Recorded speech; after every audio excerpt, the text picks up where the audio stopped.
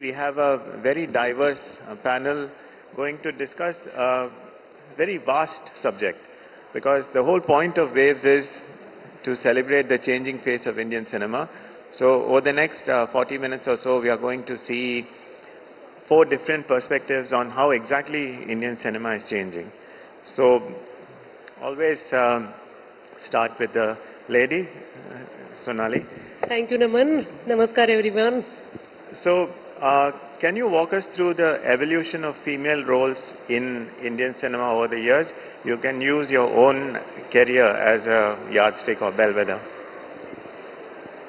Certainly, I might want to use my own career path, because I have recently realized that I have done over 100 films in variety of... I have completed 100 films over... in variety of languages, though. Thankfully, I happen to work with very interesting writers and directors who always help me realize that I am a very powerful being. I am not the one who's somehow tolerating life and suffering through sacrifices and pains. I started with Girish Karnad, and the film was called Cheluvi. It was a story about a girl who can become a tree. So that flowering tree won national award, and it was a very prominent story where that young girl sacrifices her life for her family, then for her lover, then for the lover who turns into husband, then his family. And what women forget is they forget about flowering for themselves. This was a wonderful folk tale, and I started from there. But very soon I got a chance to realize power of sisterhood in Sumitra Bhave, Sunil Suktankar's Doghi, followed by earlier Mukta by Jabbar Patel, where all women knew they were looking for their own existence. They were trying to make sense about what journey are they taking, what plight they are taking. I must mention revolutionary films that happened in India, because after this first stint, I got to work with Amol Palekar sir on Daira, where I was a man, I was a boy. So at times I feel any actress would like to be in my shoes. We've heard about Cinderella's shoes, but mine are different, and they are super enviable because the kind of roles that were offered to me. After Daira, it was Mission Kashmir. I played Nilima Khan. It spoke volumes about the current scenario in India back then, which is still relevant. We are still pained about Pahalgam incident, and I think it will take us a long time to come out of it and recover our wounded hearts and feelings. But Mission Kashmir's Nilima Khan took stand for the nation. Then was Dil Chahta Hai, where we saw a young girl who is not afraid of falling in love. She was not typical. She could tell her, जिनको मिलने वो आई है, उनको वो बताने में हिचकिचाती नहीं है कि I do have a current boyfriend. So we always thought that we want to see कि girls are supposed to be pure, girls are supposed to be chui-mui, and they are supposed to have clean characters. So Dil Chahta Hai broke this typical norm that we had in mind. Having said that, बीच में don't be afraid, मुझे बाकी सारे gentlemen को भी देना है mic, तो मैं सारे 100 films के बारे में तो बात नहीं करूँगी, for sure. But it feels very strong that I have always portrayed woman of her own mind. Even if we decide to look at some regional cinema that I did, when I look at my Marathi cinema, there was a film called Gabri Sa Paus. A woman who's a farmer, and she takes stand for her own husband. She wants him to be lively. She wants him to forget about his own shortcomings as a farmer, tries to stand by him. And till Gulab Jam, where a woman who has forgotten everything, but she remembers one skill that she has, and that is cooking. So women in films, in my films, have always followed their passion. They have always believed in goodness of people and life. And they have been optimistic. They haven't been very, as we say, they are not molested necessarily, and their dreams are not demolished by the society. And moving from someone who has worked with Vidhu Vinod Chopra to someone else who has worked with Vidhu Vinod Chopra, Vikrant Massey.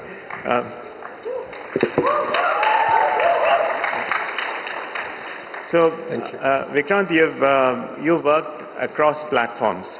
So, how have these different platforms you have worked on been game changers in storytelling for Indian storytelling specifically? I think I've been very, very fortunate to have worked on all possible entertainment platforms.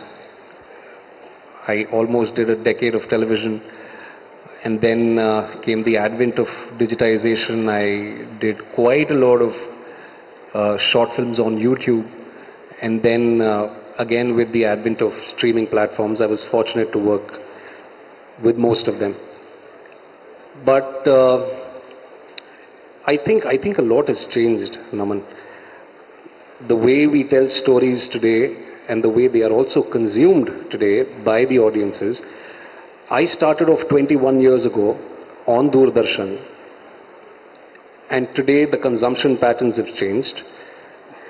The way we tell stories have changed, and I think it is a process which will keep evolving as we move forward. Of course, television was a door-to-door medium, and then you had the cinema experience which an average layman would save money once a month, take his family out to the big screen, and it used to be an experience. And today, all of us, most of us, and correct me if I'm wrong, are consuming entertainment on our mobile phones. One thing that has remained constant is I really need to pull my socks up. I really need to pull my socks up as an actor, because today a guy from Sitamarhi, Bihar, or a guy from Kathmandu, Nepal, is actually watching global cinema inside a small room on his phone with his headphones plugged on.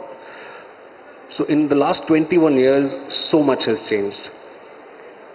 But one great thing lastly I would want to say is that all of us have adopted and adapted. We need to continue doing that, because today at Waves we see the world is smaller. We have more than representatives from more than 90 countries here under the same roof. It's such an impeccable opportunity for all of us to connect and expand. And it is only going to grow from time to time. So, as I said, yes, our appetite for entertainment remains to be that one constant, but we also need to adapt with different formats coming in, different forms of storytellings coming in. And yeah, so from where I see it, a lot has changed, but a lot more is yet to change. So we need to adopt and adapt with moving times.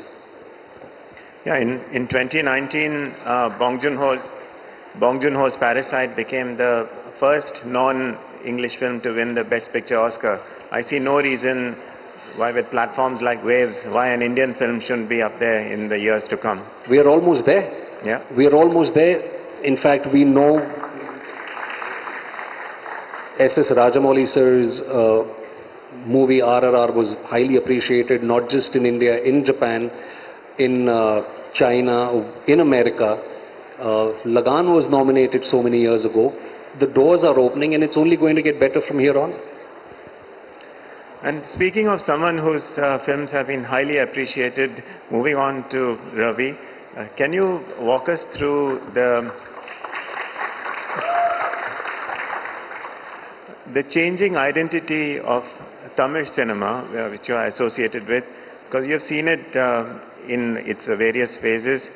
up to and including Ponniyin Selvan, which was a massive hit across.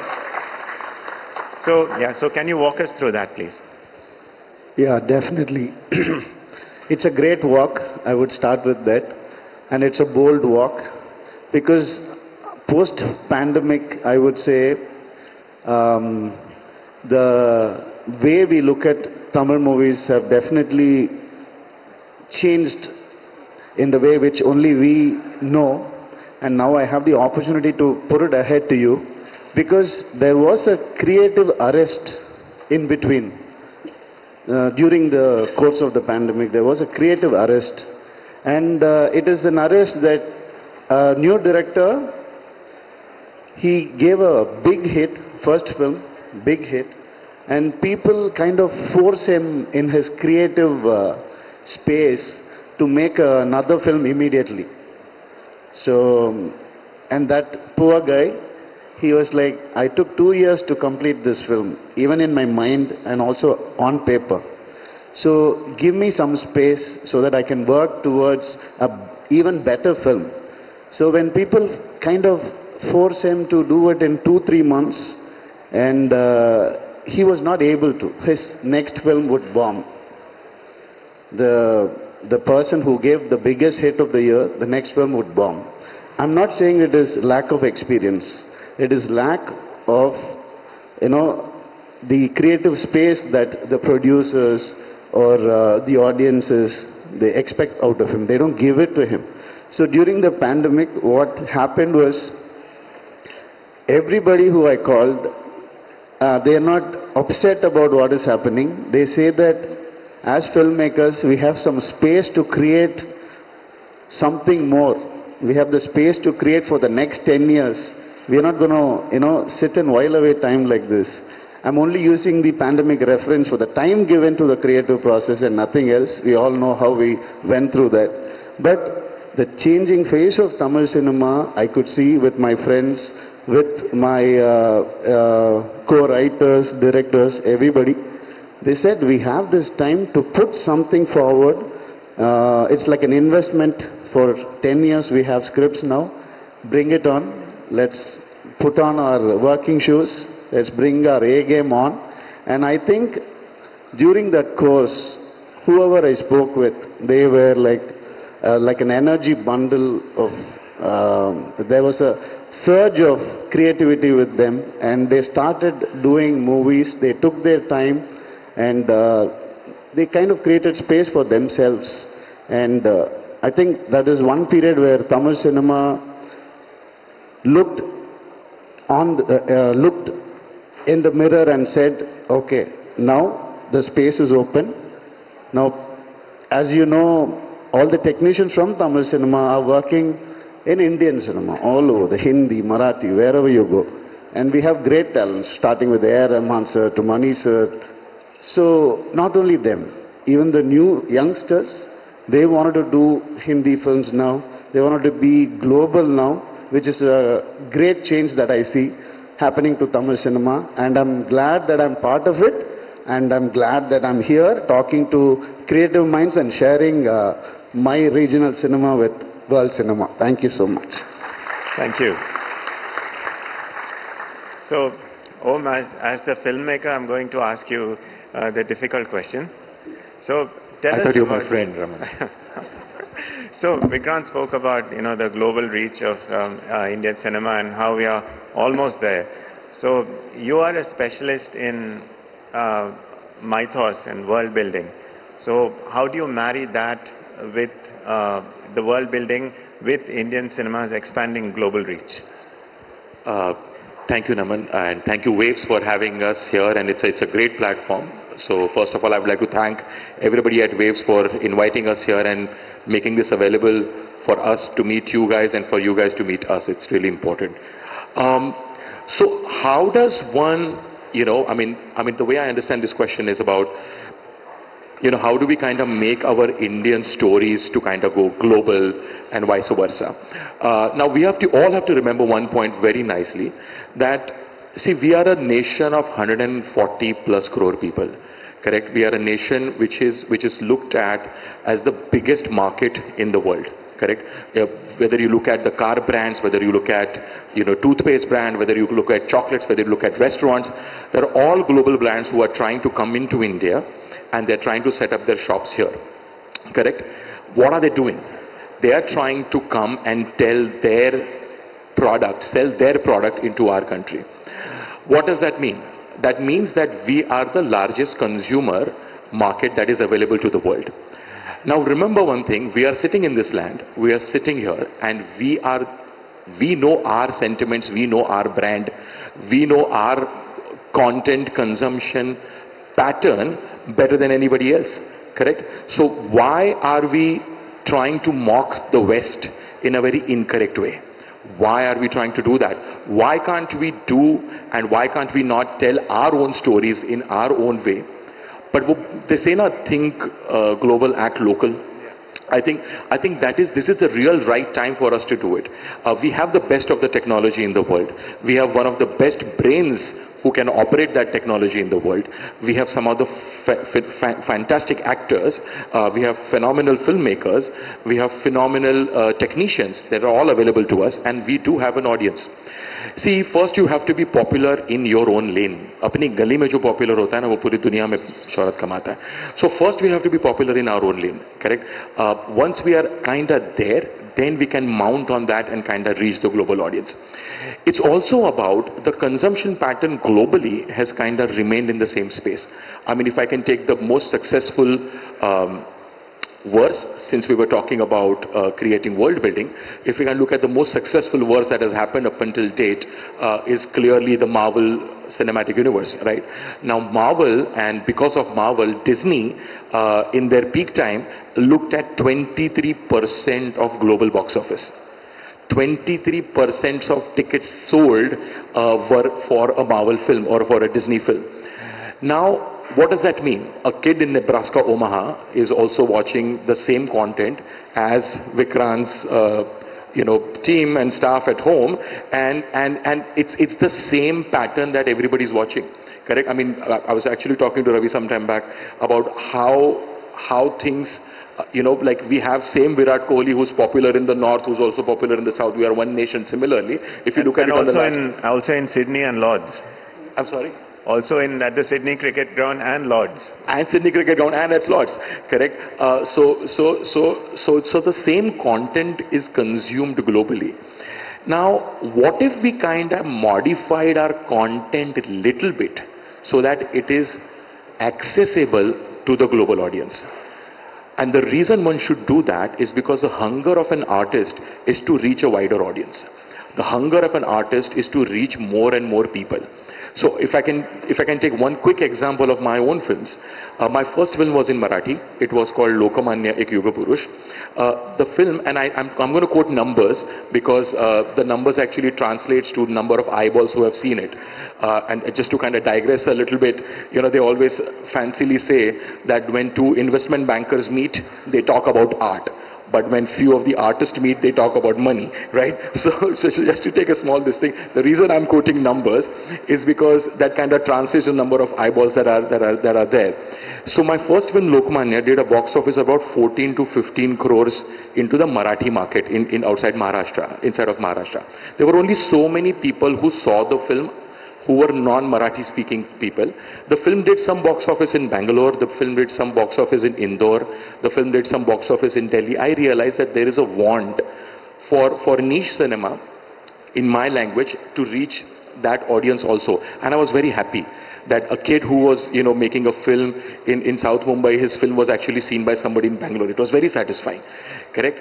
Then I made, my next film was Tanaji, The Unsung Warrior. Tanaji did very big number, it was about 300 crores, but it had about 14 crores collection that came from Andhra, Telangana, the Telugu speaking states. And I said, okay, this is great, because Andhra, Telangana, normally Hindi films don't make so much collection there. They'd see like 4 or 5 crores. We saw 14 crores, correct? So which was a big number. So I said, okay, great. Now even in Andhra, people are liking our film. So then I happened to make my third film, which I actually shot in Hindi and in Telugu simultaneously. So it was Adi Purush. Now Adi Purush, before we even released, the Telugu market was sold for about 120 crores. I mean, my I think distributor somewhere here, maybe he can quote me for the number, but it was sold for that, pre-sold for that. So which means so many people actually saw the film, correct? So the need for an artist is to reach a wider audience, correct? So if we can make our local stories so strong and tell them with our true heart, it will resonate across the world and it will resonate everywhere and people will have market for it. Here, here. Naman, may I add something? Yes. I am so curious these days that as we talk, we hardly get a chance to discuss what's happening around. This is a great opportunity for all of us to see what's happening, but see, the language is changing. Once upon a time, we used to watch cinema. We used to watch a play. We used to watch a documentary or a short film. And we used to consume food. Today we are consuming content, which is such a huge change, and which is... No, all of us use those terms, right? We talk about content, we talk about consumption. And that is where I feel that India is changing and the faces are changing, because we are here strongly to rule, because we are variety of languages, cultures and many cinema. So we have a stronger chance to reach the global audience, since we are making so many content and there are so many people to consume that, which is great. I mean, I remember not able to watch international cinema, and we used to be wide-eyed when in Film Institute Pune, somebody from the institute, for example Samar Nakhate, would show us a film like Bicycle Thief. I still remember. I remember watching Cinema Paradiso at Venice International Film Festivals, Sala Grande Theatre. The projection was on the building. But today you don't have that fancy. You have your own Chintu gadget on which you can consume. I think, Sonali, I do agree with you, but at the same time, I think that's what makes a storyteller. It gives them more access to reach a wider audience. So that's a huge advantage. I mean, it's no more an affluent game. It's no more, you don't really need to know Samar Nakhate to kind of have access to that cinema, or you don't really need to go to fancy film festivals to actually see films, right? It is available to everybody. The panel before us spoke about how the OTT is contributing into the growth of cinema. I think because the content is getting available everywhere, it's such a great thing. And also one more thing is that producing content is getting cheaper, right? Producing content is getting cheaper day by day. And because of the technology, I mean, I don't want to talk about the AI jargons because that kinda is overused and it's kinda getting really annoying. I personally use a lot of artificial intelligence into cinema, into production, but what is that enabling us is because of the technology interference, content is getting accessible to produce by a lot of youngsters. So you can reach a much wider audience and tell your stories the way you want to tell. If I may just quickly, I'll just take a minute. I'll quickly add one thing. I think all of us are speaking the same language here. Just to sort of put it in a layman's term for the people who are listening to us. With the advent of OTT or digitization, so to say, the world has actually gotten so smaller. For example, if there is a movie on a Netflix, for that matter of fact, the moment my film is released on Netflix, even if it comes after theaters or whenever it goes live, it is catering to more than 96 to 100 countries at one go. And we are doing the same. You spoke of a Parasite. So the moment I go and I click on that option, I have more than 10 to 12 language options there. And lastly, what a YouTube is also doing to a young person from a B-town or a C-town city is, it is also giving them money. They're getting paid for it. They are able to sort of not just sit in one room and dream about doing certain things. Today, with a selfie light and a single phone, you can actually reach the world. So And as you said, so rightly said, lastly, I'll just quote you, like if, because of digitization and access, if you're able to sell or pre-sell your film for 120 crores, you've made a large chunk of your production budget, and hence you can actually go out there and make more movies. And all these platforms, whether it is cinema, whether it is satellite, whether it is music, or even the digital platforms, they are all working in tandem with each other. Unfortunately, what I also sort of hear a lot of young minds say ki, yaar, ye alag mediums hain, but they are all working together towards the same goal, which is to entertain you, to reach to you either through a cinema screen or your mobile phone. So that is what I just wanted to sort of put it in a layman's term to the audiences. And picking up from what Om and Sonali said, and staying with you, Vikrant, I think there's no one better than you to talk about the other change that has happened in the changing face of Indian cinema, which is the rise of rooted small-town narratives bursting across the national consciousness. Using 12th Fail as a very good example. I don't think there's anyone here who has not seen 12th Fail at least twice, right? How do you see that change progressing in terms of storytelling? Thank you for asking me this, but I still feel I am not qualified enough to answer this in depth. I'll try. As I said, cinema a few years ago used to be an experience for a layman. To see, much is more, larger than life. एक आदमी 20 लोगों को मार रहा है. जो हम सब ने देखा है. We've grown up watching it. We still watch it. But a large chunk of it also goes to our own exposure to international cinema and a certain sense of pragmatism, even in storytelling. With smaller towns, with a common man becoming a hero in case 12th Fail, or from where I see it, there was an Ayushmann Khurrana film called Dam Laga Ke Haisha. I think it all began from there. A lot of factors come into it, sir. I'll try breaking them down really quickly. We hardly have little time. Yeah, right from that time, but from when not so much commercial success, but also today, what I feel, Om sir, is what was alternate, say maybe 15 years ago, is mainstream today. I can never imagine a film like 12th Fail, or I can never imagine a film like Dam Laga Ke Haisha, or, a Trapped, for that matter of fact, which Vikramaditya Motwane made, to be commercially successful.